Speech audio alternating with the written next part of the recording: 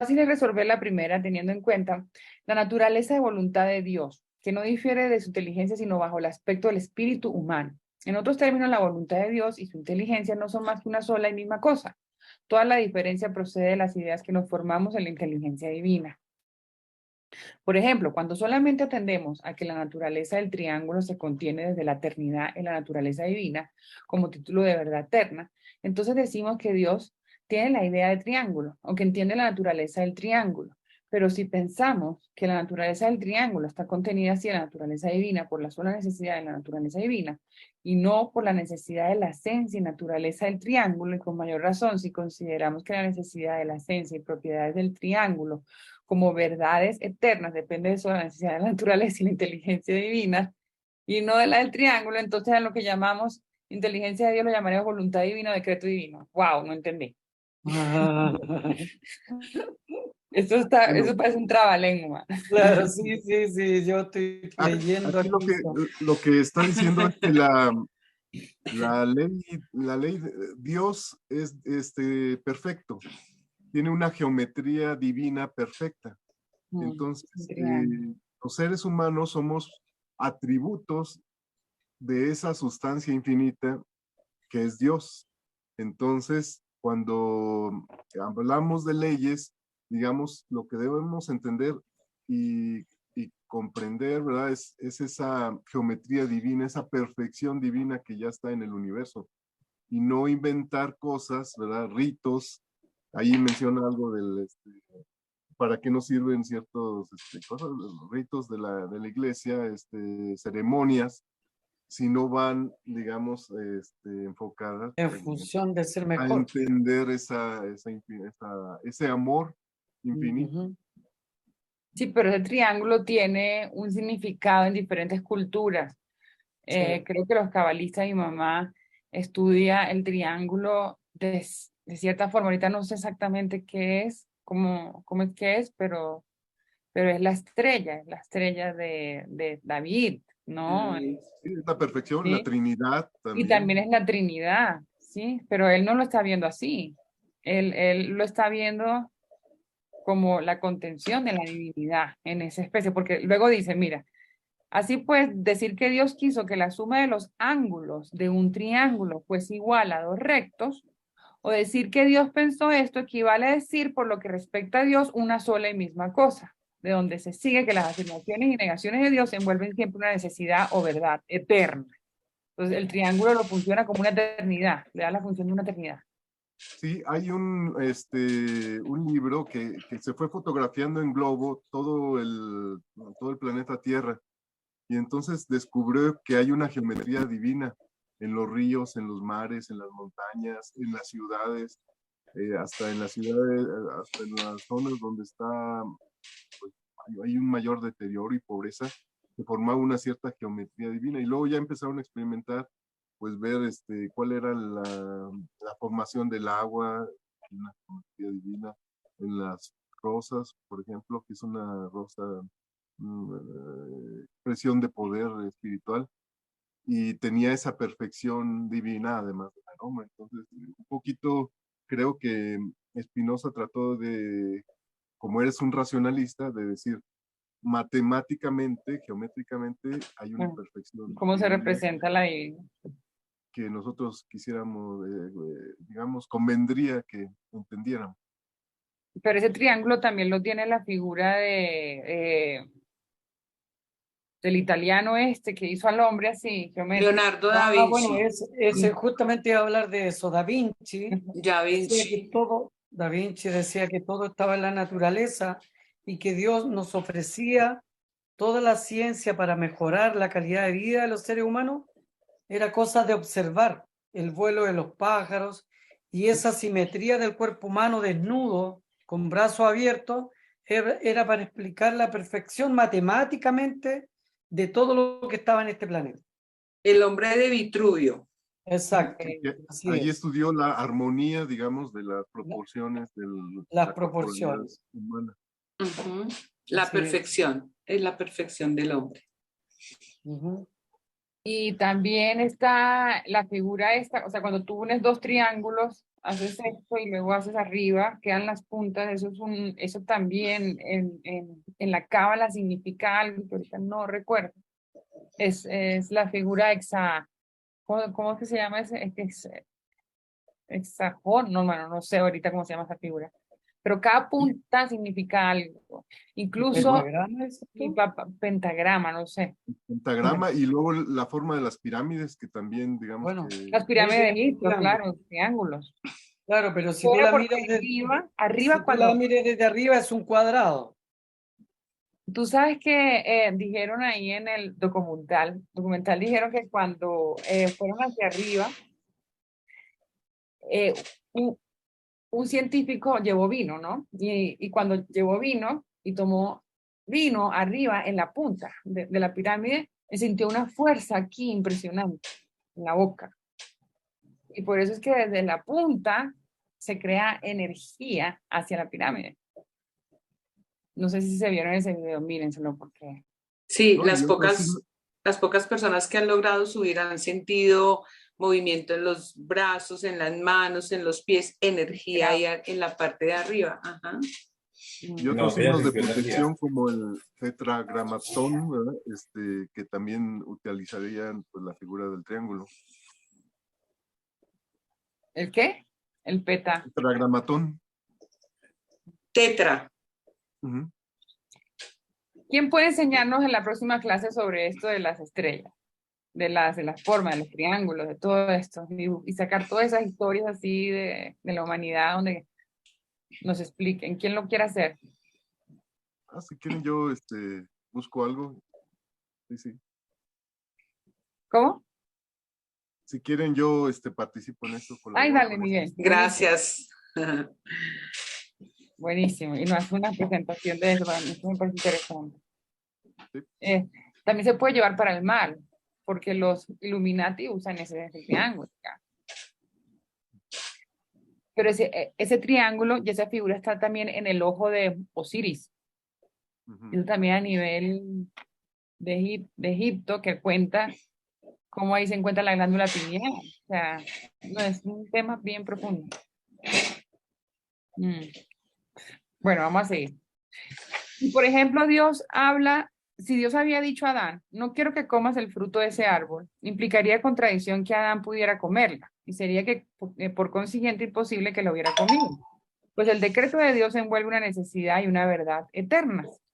Sin embargo, según la narración de la Escritura, Dios hizo a Adán esta prohibición y Adán no dejó de comer el fruto prohibido. Es necesario e imprescindible entender, por tanto, que Dios reveló a Adán el mal que había de sobrevivirle si comía aquel fruto, sin darle a conocer que el mal fuese la consecuencia de su acción. ¿Tú qué piensas de eso, Julio? Tú que te lees la Biblia, esa parte de Adán. Interesante este pedazo donde dice que sin darle a conocer que el mal fuese la consecuencia de su acción. Está muy bueno, ¿eh?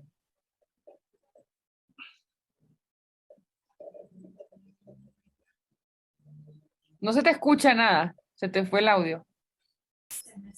Como decir que no lo haga, pero lo tiento para que lo haga. No fue honesto entonces. Sí, pensaría que faltó una honestidad, pero que era necesario para poder continuar con su plan, digámoslo así. Pero es una forma de metáfora de decirlo. Sí, Sin embargo, sería como un análisis más profundo ya por parte de un teólogo. pero eso te queda por ahí en la mente para analizarlo. Sí, claro. Mm. No, y quedan, de hecho, en la Biblia trae tantos. Yo digo que es que la Biblia es como, yo diría que es como una. O sea, queda mucho enigma en algunas partes de sus escritos, la verdad. En estos días tenía un diálogo con un testigo de Jehová sobre esos temas y ellos algunos libros no los aceptan. Bueno, ellos tienen su creencia arraigada porque una persona hace como 200 años más o menos cogió la Biblia y sacó sus extractos principales y unos libros y ya, y nosotros los desechó. Entonces dice uno, bueno, pero si es que estamos supuestamente, debemos que es en la Biblia del Nuevo Testamento, a partir de Jesucristo, o sea, en la Biblia que está escrita por ellos, en este caso, ¿no? Por los apóstoles. Pero bueno, es una cosa que entra uno en una tertulia con ellos y no termina. Sí. Pues cada quien tiene su opinión distinta. Exacto. Pero no, A conveniencia. A conveniencia. Total. pero no se supone que la especie humana partió a partir de una desobediencia. Por eso el punto que dice ahí, Exacto. dime un segundo.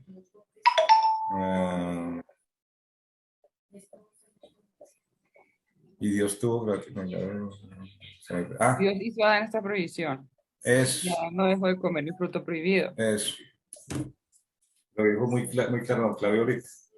Claro. O sea, es como para que, o sea, es como la tentación para poder que continúe la evolución de lo que, su plan, digámoslo así. Exacto. Eso es lo que pienso. Y aquí también habla, mira, dice, luego dice, por esto Adán comprendió aquella revelación no como una verdad eterna y necesaria, sino como una ley o mandato seguido de premio o de castigo, no por la necesidad o naturaleza del acto realizado, sino por el querer de un soberano y su absoluta voluntad. Por consiguiente, esa revelación no tuvo el carácter de una ley, y Dios tuvo el carácter de legislador o soberano solamente para Adán y por imperfección y defecto de su conocimiento. Por igual defecto tuvo el decálogo carácter de ley para los hebreos. En efecto, no conociendo la existencia de Dios a título de eterna verdad, hubieron de considerar como leyes aquellas palabras del decálogo. Hay un solo Dios y a ese solo debes honrar. Si por el contrario Dios les hubiera hablado directamente y sin mediación alguna corporal, los preceptos del decálogo hubieran sido para ellos no leyes sino verdades eternas. Entonces se pregunta uno ahí, pues cuando el tema tocó anteriormente, Dios para qué creó entonces la tierra y todo lo que creó. Si eran ellos dos nomás, ¿no? O sea, ¿cuál es el punto de eso? ¿Me hago entender? No mucho. Cuando dice ahí el tema anterior, por consiguiente esta revelación tuvo carácter de ley, Dios tuvo carácter de conocimiento. Bueno. O sea, retomando el tema, como que no lo hagas, pero hazlo. Entonces me pregunto, entonces, ¿para qué se tomó el tiempo de crear cielo y tierra según la Biblia? O sea, la creación que hizo, ¿me hago entender? Entonces, ¿cuál era el punto? ¿Continuar o no continuar? Pero aquí recuerda que está explicando lo que es la ley, ¿no? Sí, sí, porque Claro. él dice, básicamente lo que Dios pide es que solamente se adore a él, a un solo Dios creador y todopoderoso, no O más. sea, era un libre albedrío con letra chica. No, Dios Antes. Dios castigó inclusive a su pueblo porque adoraban otros dioses. Él solamente dice, adórenme a mí, en pocas palabras. Pues por lo que acabas de decir al último en el escrito. Eso es del Antiguo Testamento. Sí, señor. Bueno, y una de las cosas que criticó Spinoza, pues también sería esta idea de un Dios antropocéntrico, ¿verdad? Digamos, un rey de reyes, una idea de Dios como a la imagen y semejanza del ser humano. Y más bien, pues sí, él dice la sustancia infinita, Claro. la naturaleza, ¿verdad? Y no un Dios castigador, enojado, un poco, que estaría fuera del entendimiento humano. Eso es a partir del Nuevo Testamento, del Nuevo Pacto. Bueno, vamos a seguir. Lo que decimos de los israelitas y de Adán debe decirse también de todos los profetas que escribieron leyes en nombre de Dios que no concebían los decretos de Dios como verdades eternas porque no tenían un adecuado conocimiento de ellas. Sirve de ejemplo el mismo Moisés, comprendió en verdad por revelación que se le había hecho el medio que había de emplear para dar al pueblo israelita la unión más perfecta, conduciéndola a cierta parte del mundo y dándole así una sociedad independiente y un imperio. Comprendía también lo que convendría hacer para asegurar más sólidamente la obediencia del pueblo. Pero lo que no comprendió, lo que no fue revelado es que los medios de que se sirvió eran los mejores que pudo adoptar y que reducido el pueblo a la obediencia en la comarca donde fue conducido, se había realizado el fin de los hebreos. Por eso comprendió todas estas cosas no como verdades eternas, sino como preceptos y mandatos. Por eso también las impuso como leyes divinas y por tanto presentó a Dios como un jefe, un legislador y un rey.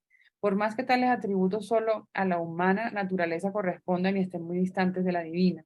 Así digo, deben entenderse todos los profetas que escribieron y dictaminaron leyes en nombre de Dios, pero nada de esto es aplicable a Cristo, porque debe admitirse que Cristo, aunque al parecer dictó leyes en nombre de Dios, comprendió las cosas en su verdad y adecuadamente. Porque Cristo no tanto fue un profeta como la voz misma de Dios. Por el alma de Cristo reveló Dios ciertas verdades al género humano. Lo hemos probado en el capítulo 1. Como antes había dicho a los judíos, por mediación de los ángeles, por una voz creada por visiones, irracional sería pretender que Dios acomodó sus revelaciones a las opiniones de Cristo, tanto como sostener que en las anteriores revelaciones otorgadas a los profetas acomodó su palabra a las opiniones de los ángeles que le servían de medianeros, es decir, a las opiniones de una voz creada o de una visión, que es lo que es más absurdo que puede imaginarse.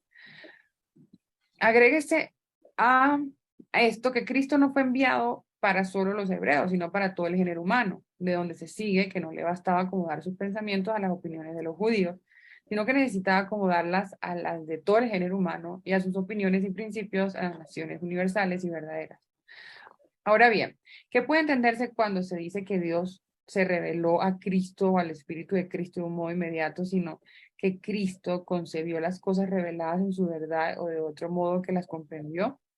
Porque comprender una cosa es concebirla por la sola fuerza del Espíritu puro, sin palabras ni imágenes. Queda pues perfectamente establecido que Jesucristo comprendió la revelación divina en sí misma y de un modo adecuado. ¿Para qué la presentó en forma de ley? Para proporcionarse a la ignorancia y Perdón, grosería del pueblo.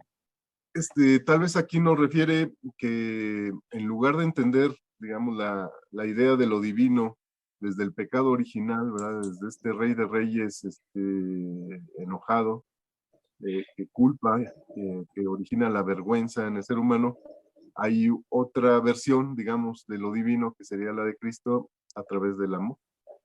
Del amor. Ujú. Interesante. Entonces dice, para proporcionarse a la ignorancia y grosería al pueblo. Exacto. Y al hacerlo así, Jesucristo hizo papel de Dios, puesto que a ejemplo de Dios se puso al alcance del vulgo. Claro, para que sea más cercano a los hombres, a los seres humanos. Así puede observarse que en general se expresa oscuramente, aunque con mayor claridad que los profetas, y expone las cosas reveladas en forma de parábola, sobre todo cuando se dirige a cierta clase de hombres, a quien no era dado aún comprender el reino de los cielos, y es indudable que al dirigirse a los que podían comprender los misterios celestiales, no les enseñó las cosas reveladas como leyes, sino como verdades eternas. En ese sentido, los libros de la servidumbre de la ley al mismo tiempo los confirmó y estableció con mayor profundidad en sus corazones. Así entiendo varios pasajes de San Pablo. Convengo en que no se explica claramente y en que, como él mismo dice, habla de estas cosas como hablan los humanos. Cuando a Dios llama justo, advierte que tal expresión es completamente humana y sin duda, por la enfermedad de la carne, representa a Dios como misericordioso, irritable. En todos estos pasajes pone evidentemente su lenguaje de alcance al vulgo y, como él mismo dice, de los hombres carnales. La prueba es que en la epístola a los romanos enseñan formalmente que la cólera de Dios y su misericordia no dependen de las obras humanas, sino de la vocación o voluntad divina. Y anteriormente declara que no son las obras prescritas las que hacen justo al hombre, sino únicamente la fe, por donde se comprende sin duda alguna la completa tranquilidad del espíritu. Según esta doctrina, nadie puede ser completamente feliz si no tiene en sí el espíritu de Cristo. En todos términos, en otros términos, si no comprende las leyes de Dios como verdades eternas. Concluyamos pues que solo para ponerse al alcance del vulgo y acomodarse a la imperfección de su conocimiento se representa a Dios como legislador o príncipe y se le llama justo misericordioso. En realidad Dios obra y dirige todas las cosas por la sola necesidad de su naturaleza y de su perfección. Sus decretos y voluntades son verdades eternas y siempre envuelven absoluta necesidad. Este es el primer punto que nos proponemos esclarecer. En el segundo punto vemos, al recorrer la Sagrada Escritura, lo que nos enseña sobre la luz natural y la ley divina. Nos hallamos en primer lugar con la historia del primer hombre, donde se dice que Dios ordenó a Adán que no tocase el árbol de la ciencia del bien y del mal. ¿Esto qué significa? En mi concepto, que Dios ordenó a Adán hacer el bien en cuanto bien y no como opuesto al mal. Esto es, que hiciera el bien por el amor al bien y no por temor del mal. Pues como queda demostrado, el que hace el bien por conocimiento verdadero y por amor del bien, procede del espíritu libre y constante, mientras que el movido por el temor al mal está dominado como una fuerza extraña. Buenísimo. Por consiguiente, el precepto de Dios a Adán Allí habrá estarían, perdón.